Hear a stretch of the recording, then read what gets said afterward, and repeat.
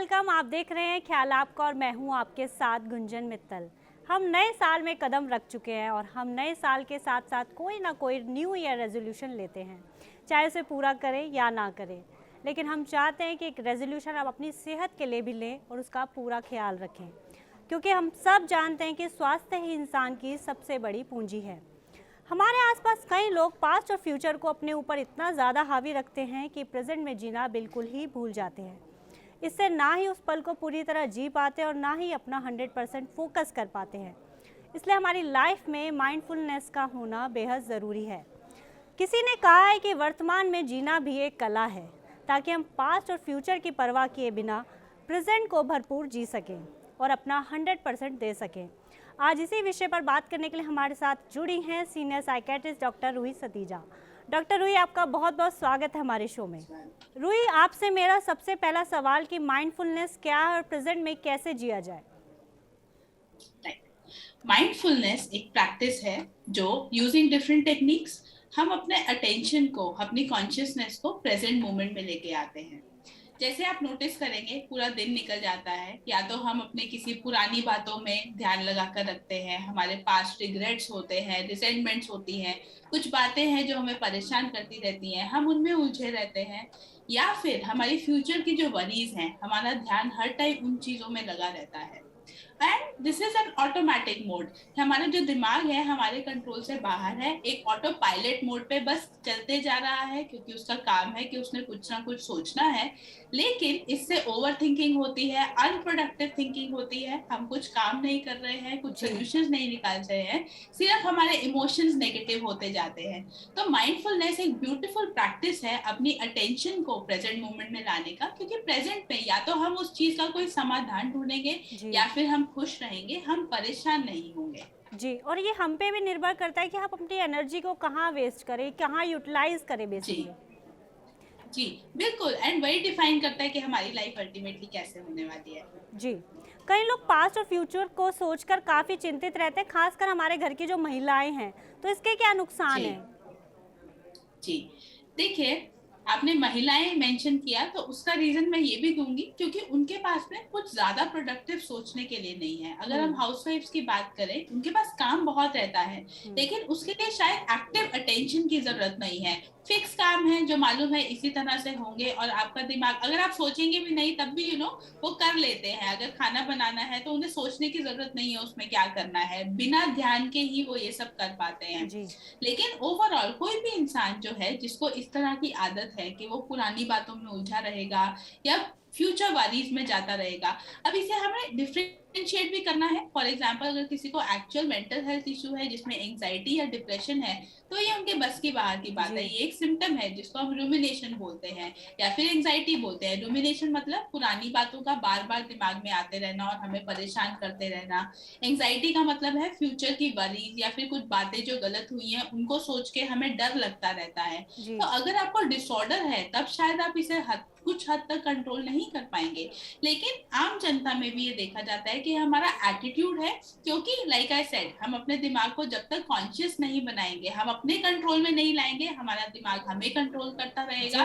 और इसीलिए हम उस इट्स अ विशियस साइकिल, एक के बाद एक नेगेटिव, एक बार शुरू होता है तो आते ही रहेगा और हमारे इमोशंस डिस्टर्ब होते ही नहीं है, and at some point it feels कि ये हमारे कंट्रोल के बाहर है। जी, और फनी नोट में ये भी कहना चाहूंगी कि जो औरतें होती हैं उनको पुरानी चीजें, पुरानी लड़ाइयाँ, पुरानी बातें बहुत याद रहती हैं और वो उसी में उलझी रहती है, आगे नहीं बढ़ पाती हैं उससे।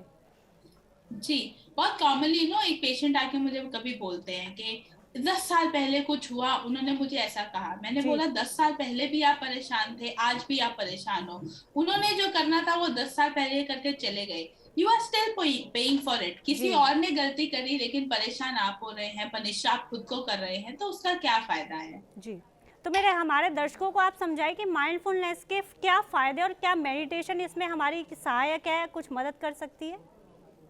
Right, wonderful question. माइंडफुलनेस और मेडिटेशन बहुत टाइम ना एक साथ यूज किया जाता है वर्ड, क्योंकि फर्स्ट ऑफ ऑल ये क्लियरिटी नहीं है कि दोनों चीजें अलग हैं या इनमें फर्क क्या है।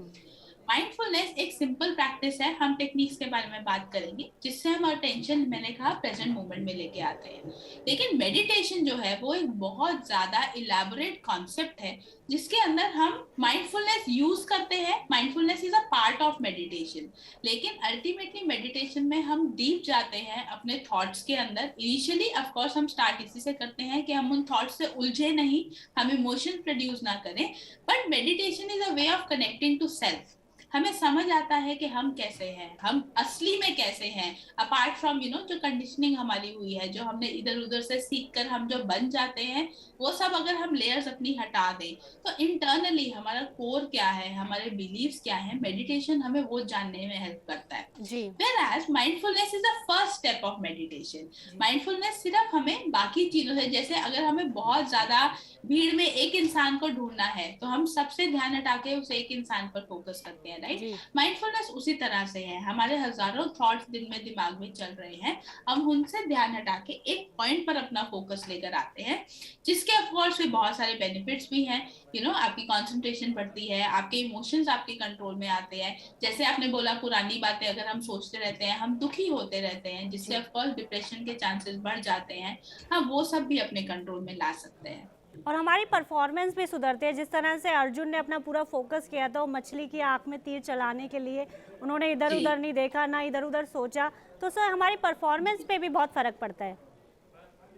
डेफिनेटली, देखिए आपके पास इतनी ही एनर्जी या कैपेसिटी है कुछ भी करने की, अगर आप उसे 10 जगह बांट रहे हैं तो अल्टीमेटली आप अपना बेस्ट नहीं दे पाएंगे। जी बिल्कुल। इसलिए इनफैक्ट मेडिटेशन कई लोगों को बहुत ज्यादा डिफिकल्ट भी लगता है कि मुझसे नहीं बैठा जाता। अगर हम एडवाइस भी करें 5 मिनट में उन्हें लगता है कि मुझे कुछ हो रहा है, मैं नहीं बैठ पाता। तो mindfulness is a beautiful way to start self care practice.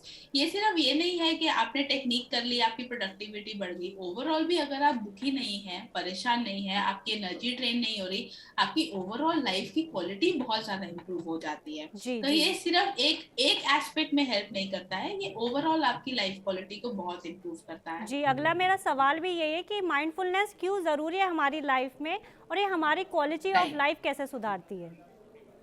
Right, wonderful question. देखिए, एक एस्पेक्ट तो जैसे आपने बोला, हमारी प्रोडक्टिविटी बढ़ जाएगी, हम काम अच्छे से कर पाएंगे। लेकिन आप खुद सोचिए, अगर पूरे दिन में 10 चीजें हैं जिन पर आपका ध्यान नहीं जाना चाहिए, लेकिन आप कंट्रोल ही नहीं कर पा रहे हैं, तो आपको कैसे लगेगा? एक सिंपल सा एग्जांपल है, मान लीजिए ये मेरा राइट हैंड है, अगर ये मेरे हाथ से बाहर हो जाए, मेरे कंट्रोल के बाहर हो जाए और ये कुछ भी करने लगे, मुझे लाइफ में कितनी प्रॉब्लम्स आएंगी। इसी तरह से जो दिमाग है, that is also an organ, वो मेरी लाइफ का, मेरी बॉडी का एक पार्ट है जो मेरे कंट्रोल से बाहर हो चुका जी है। जी वो खुद ही कुछ कहानियां बना रहा है, जहां चाहिए वहां अटेंशन दे रहा है।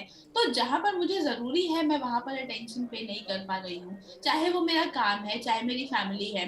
जैसे हम आजकल देखते हैं कि हम सारा दिन फोन पर लगे हुए हैं, राइट? पूरा दिन सोशल मीडिया चलते जा रहा है, एनर्जी वेस्ट हो रही है और पता भी नहीं चलता दिन कहाँ खत्म हो गया।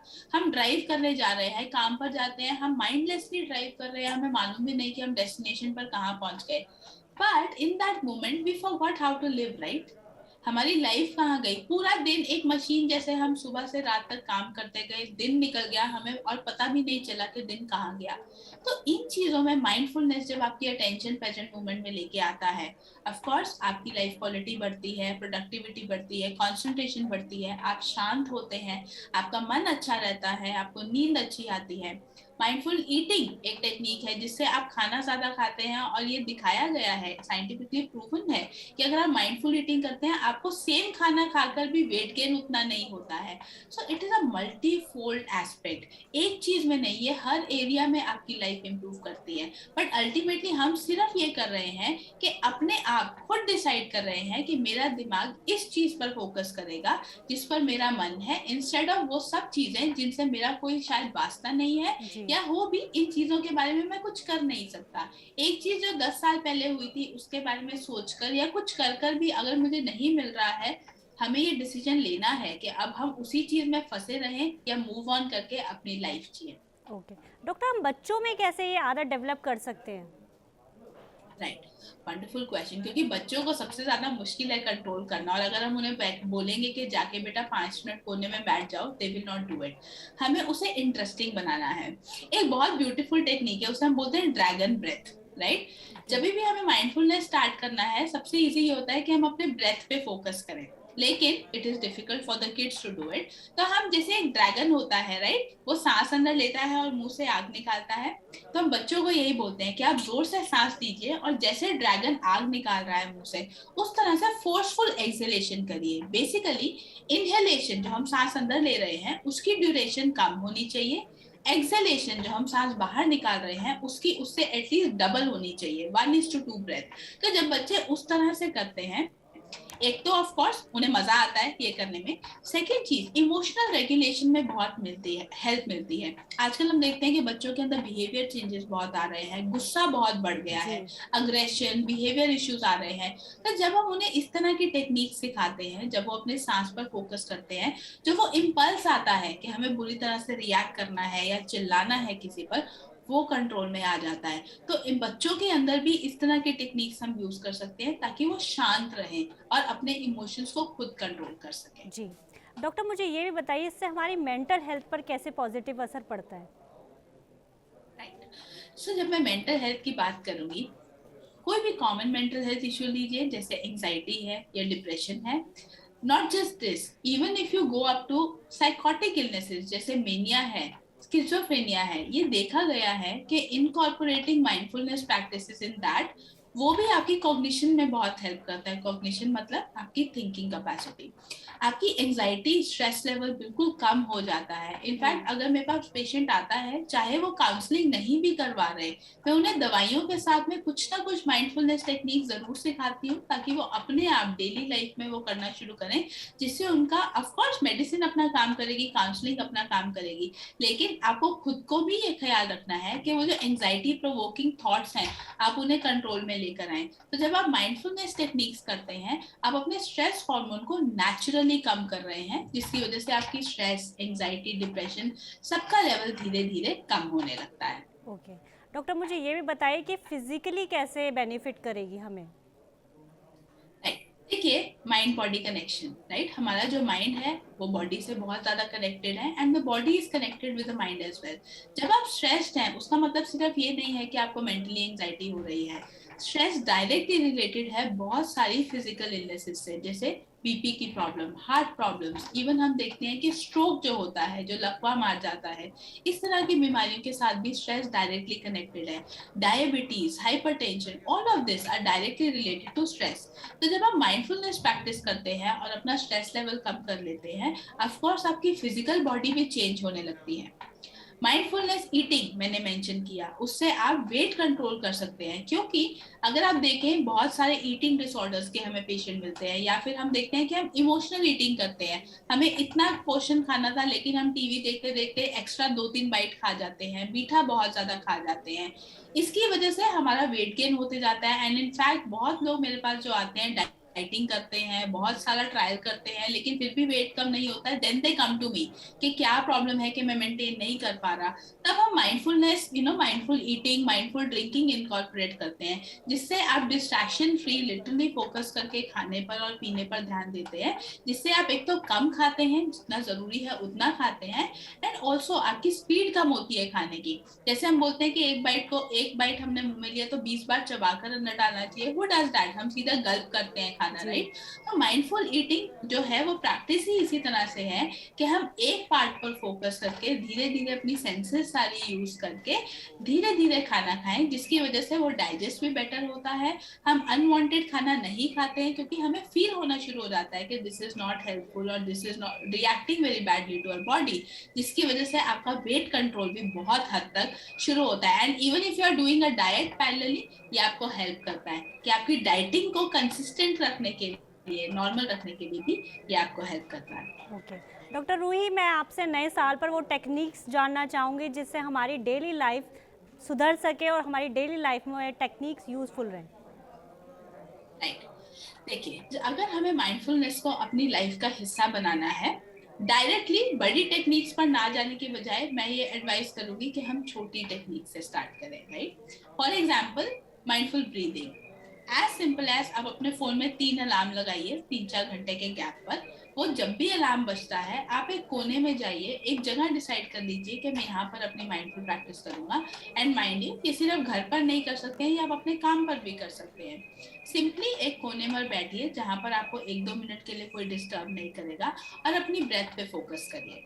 Start with simply observing how you are breathing. आप 6 काउंट तक, अपनी नेक्स्ट 6 ब्रेथ्स तक बस ये नोटिस करिए कि मैं सांस अंदर ले रही हूँ और फिर मैं सांस बाहर निकाल रही हूँ। इसका नेक्स्ट स्टेप है कि आप अपनी ब्रीदिंग को मैनिपुलेट करते हैं, मतलब किसी तरह से चेंज करते हैं जिससे आपकी अवेयरनेस प्रेजेंट मोमेंट में और भी आती है। For example left nostril breathing, आप अपनी राइट नॉस्ट्रिल को अपनी उंगली से बंद करके लेफ्ट साइड से सांस अंदर लेते हैं और बाहर लेते हैं। इसके अलावा 1:2 ब्रीदिंग, 2:4 ब्रीदिंग, मतलब इनहेलेशन का काउंट 2 गिनते गिनते और बाहर निकालते हुए आप 4 गिनिए। Inhalation should be half than exhalation. लंबी जब हम एक्सहेलेशन करते हैं, इसकी वजह से हमारा जो ओवरड्राइव है, स्ट्रेस हार्मोन है, वो कम होने लगता है। बॉक्स ब्रीदिंग एक वंडरफुल टेक्निक है। बॉक्स ब्रीदिंग में देयर आर डिफरेंट स्टेप्स जिसमें हम 4 गिनते गिनते सांस अंदर लेते हैं, 4 गिनते हुए सांस रोकते हैं, फिर हम 4 गिनते हुए सांस बाहर निकालते हैं, फिर हम 4 गिनते हुए सांस रोकते हैं। तो हमने ये बॉक्स बना लिया, सांस अंदर होल्ड किया, सांस निकाला और होल्ड किया। आपको इसकी वीडियोस ऑनलाइन बहुत इजीली मिल जाएंगी। There are many apps of mindfulness. आप कोई भी एक ऑन करके जो भी आपको कंफर्टेबल है, किसी को 2:4 कंफर्टेबल लगता है, किसी को बॉक्स ब्रीदिंग कंफर्टेबल लगता है, जो भी लगे आप वो करिए। इससे आपकी माइंडफुलनेस की इनिशिएशन हो जाएगी। लेकिन जब हम हार्डकोर माइंडफुलनेस प्रैक्टिसेस की बात करते हैं, the first thing that we have to talk about is using our senses. Okay, तो हमारी 5 सेंसेस हैं, देखना, सुनना, स्मेल करना, टेस्ट करना और फील करना। अब हम इसको या तो सिंपली एक सेंस को एक टाइम पे यूज कर सकते हैं, जैसे कि माइंडफुल सीइंग, जिसका मतलब क्या है, आप सिंपली जाइए, खिड़की पर खड़े होइए और आसपास में क्या हो रहा है observe it. Try to see as far as possible, बहुत दूर तक देखने की कोशिश करिए कि आपको क्या क्या दिखाई दे रहा है। हमें उस पर फोकस नहीं करना है, हमें लेबल नहीं करना है कि क्या हो रहा है, क्यों हो रहा है। सिंपली ऑब्जर्व कि what is happening, then move to the next thing. Mindful hearing, आप डिफरेंट नेचुरल साउंड्स का यूज कर सकते हैं। There are many apps that help you with it। तो आप ध्यान से किसी क्लासिकल म्यूजिक को या नेचर साउंड्स को सुनिए, जिससे आपकी जो अटेंशन है वो भी प्रेजेंट मोमेंट में आ जाती है। एक ग्राउंडिंग टेक्निक नाम की टेक्निक है जिसके अंदर हम 5 सेंसेस को एक साथ यूज करते हैं। आप एक कोने में अलग से बैठिए जहां पर आपको कुछ टाइम के लिए कोई डिस्टर्ब नहीं करेगा। थोड़ी सांस लीजिए, अपनी ब्रेथ पर फोकस करिए। जब आपको लगे कि आप शांत हो गए हैं, आपको 5 4 3 2 1 के सीक्वेंस में जाना है। 5 मतलब आप अपने आंखें खोलकर आसपास में देखिए कि आपको क्या चीजें दिखाई दे रही हैं। 5 चीजों का नाम लीजिए। उसके बाद 4 चीजें जो आप अपनी बॉडी पर इस टाइम पर फील कर पा रहे हैं, जैसे आपके पैर क्या चीज टच कर रहे हैं, आपकी चेयर आपको कैसा फील करवा रही है, प्रेशर पॉइंट्स कहाँ पर हैं, आपको कहाँ ठंडा लग रहा है, कहाँ पर गर्म लग रहा है। इस तरह से 4 चीजें नोटिस करिए जो आपकी बॉडी पर आपको फील हो रही है। देन 3 हियरिंग, तो आसपास में कोशिश करिए सुनने की कि आपको 3 चीजें क्या सुनाई दे रही हैं। इट कैन बी ट्रैफिक की आवाज, इट कैन बी बर्ड की आवाज, जो भी आपको लगे 3 चीजें सुनने की कोशिश करिए। उसके बाद में 2 चीजें जो आप स्मेल कर सकते हैं, जरूरी नहीं है अच्छी स्मेल आए, बस आसपास नोटिस करिए। Maybe there is some perfume, maybe there is some smell of grass, जो भी आपको लगे 2 चीजों को स्मेल करिए। And the last thing is 1 is taste. तो आप सिंपली, अगर आपको लगता है कि आप इस टेक्निक को एंजॉय करते हैं, आप एक अपने साथ में रेजिन का बॉक्स रख सकते हैं। किशमिश जो हमारी आती है, एक पीस अपने मुंह में ले लीजिए एंड उसको सीधा खाना नहीं है, उसे एंजॉय करना है। उसका स्किन कैसा है, टेक्सचर कैसा है, इस तरह से आपको उसे पूरा फील करना है अपनी बॉडी के अंदर। तो हमने ये 5 सेंसेस इनकॉर्पोरेट कर लिए एंड यू विल नोटिस कि जब आप ये पूरी टेक्निक करते हैं, इसको करने में 1 मिनट से ज्यादा नहीं लगता है, but ultimately you feel really relaxed and in the present moment. इस तरह से माइंडफुल वॉकिंग है, जब आप चल रहे हैं, इंस्टेड ऑफ हेडफोन लगाकर गाने सुनते सुनते गए, ट्राई टू नोटिस कि आपकी लेफ्ट साइड पर और राइट साइड पर क्या है। छोटे छोटे जो प्लांट्स होते हैं सड़क पर, उन्हें अटेंशन दीजिए। Try to feel these leaves. अगर आप गार्डन में वॉक करने जा रहे हैं, अपने हाथ से उन फूलों की पत्तियों को तोड़िए नहीं, बट फील करके देखिए। बेसिकली हम अपनी सेंसेस को यूज कर रहे हैं प्रेजेंट मोमेंट में आने के लिए। लेकिन ये कोई भी टेक्निक सभी इफेक्टिव है, लेकिन इफेक्टिव तभी होंगी जब आप इसे कंसिस्टेंटली करते हैं। जी तो the best practice would be like I said, whichever you are comfortable with, जो भी आपको लगता है कि मैं ये कर सकता हूँ या कर सकती हूँ, उससे स्टार्ट करिए, उसे हर रोज करिए और जितनी बार हो सकता है उतनी बार करिए। सिंपली 2 या 3 अलार्म लगा लीजिए दिन में, जब भी वो बजे आपको ये एक्सरसाइज करनी है, एंड यू विल नोटिस कि धीरे धीरे जब आप इसे कंसिस्टेंटली 3-4 हफ्ते तक प्रैक्टिस करते हैं, तो जब आपका टाइम नहीं भी है ये प्रैक्टिस करने का और आपको रियलाइज होगा कि आप ओवर थिंकिंग कर रहे हैं, आप ऑटोमेटिकली अपने आप को चेंज करेंगे। You will come to that moment of awareness कि मैं अननेसेसरीली अपना टाइम वेस्ट कर रहा हूँ या कर रही हूँ, या मेरी एनर्जी वेस्ट हो रही है, and you will directly think about putting a mindfulness practice and feeling better in the moment. तो हमें अपने सेंसेस को यूज करना है जी फील बेटर करने के लिए इन दैट मोमेंट। जी, जितना हम कंसंट्रेशन बढ़ाएंगे उतना ही माइंडफुलनेस भी बढ़ेगा। डॉक्टर रूही, आपका बहुत बहुत जी, शुक्रिया हमारे साथ जुड़ने के लिए और हमारे तमाम सवालों के जवाब देने के लिए, and a very very happy new year to you. very happy new year to you. I'm very happy to be here and you guys are doing really great work. Thank you for having me. Thank you so much. तो जैसा कि doctor Ruhi ने भी बताया कि mindfulness techniques अपनाकर हम कैसे अपना ध्यान प्रेजेंट में फोकस कर सकते हैं, ताकि हम अपना हर काम पूरा कर सके और 100% दे सके और आपको कोई ना कह सके कि तुम्हारा ध्यान किधर है। अब हमें दीजिए इजाज़त, हम कल फिर हाजिर होंगे एक नए विषय के साथ, एक नए गेस्ट के साथ। तब तक आप स्वस्थ रहिए और अपना और अपनों का ध्यान रखिए। चलते चलते हम आपको बताना चाहते हैं TV9 डिजिटल के न्यू इनिशिएटिव TV9 वैन के बारे में। आखिर क्या है इनिशिएटिव, आइए देखते हैं इस वीडियो में। Today, doctors are busier than ever providing care and advice to patients. And the reality is that an average patient now spends much more time in the waiting room than in the doctor's chamber. With such a captive audience, it's time to put their wait time to good use. Introducing TV9 Waiting Area Network that provides premium patient engagement experience through engaging and informative videos. These videos are created keeping in mind an Indian patient seeking medical attention. TV9 Waiting Area Network provides a perfect platform for educating the patients on everything a doctor's practice has to offer while elevating the doctor's brand at the same time. As a doctor, all you need is to have Wi-Fi at your clinic and we'll take care of the rest. We provide you with a TV, a media player, your clinic profile, and a playlist customized as per your practice. Combine all this with the regular news updates from TV9 and you have an awesome branding and marketing tool for your clinic. Write to us at van@tv9.com and we'll get in touch with you to set up our solution at your premises.